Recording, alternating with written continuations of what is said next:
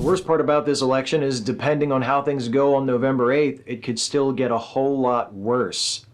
Here are 5 terrifying things about Election Day 2016.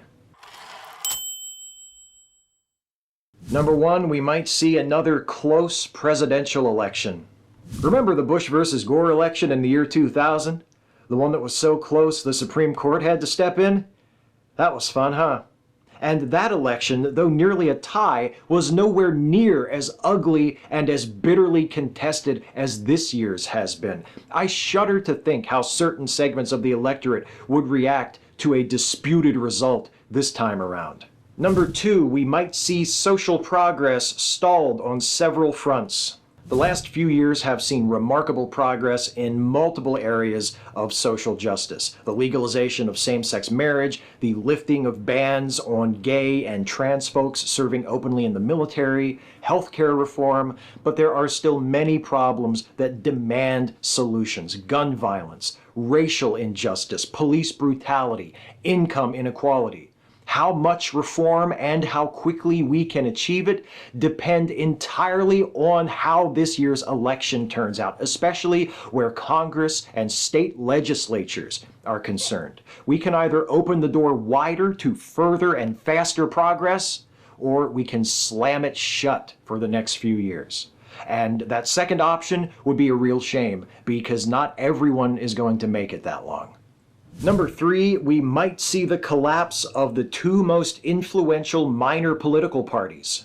This time, 2 of the largest minor parties in the American political system, the Libertarian Party and the Green Party, have presidential candidates on the ballot in most states, which you would think would be a really great thing for these parties. Except the candidates for these parties, Gary Johnson for the Libertarians and Jill Stein for the Greens, seem determined to prove themselves unqualified for the office of president. If Johnson and Stein perform especially poorly on election day, it could be quite a few years before either of their parties or any other minor party gets this much mainstream attention. And that wouldn't be such a bad thing, except for the possibility that, number 4, we might see the decline of one of our 2 major political parties. The Republican Party might be in a must-win situation this year. If they fail to retake the White House, that could mark the beginning of the end of their party as a viable national political force in the United States, even if, as widely predicted, they manage to retain control of both houses of Congress this time.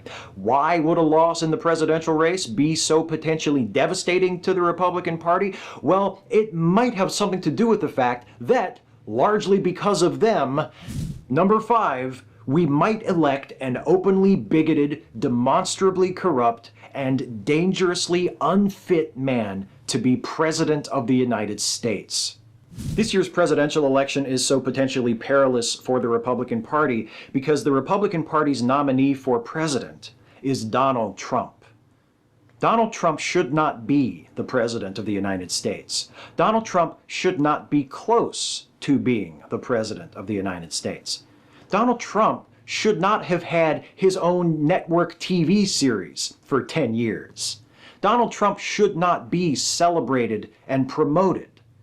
Donald Trump is a racist. He has a history of racial discrimination in his housing developments. He raised his political profile several years ago by touting a racist conspiracy theory about Barack Obama. He opened his current presidential campaign with a racist attack on Mexican immigrants. Donald Trump is a misogynist who objectifies, insults, and demeans women constantly. Donald Trump is a xenophobe who has pledged to build a wall along our southern border to keep Mexicans out and has proposed banning Muslims from entering this country.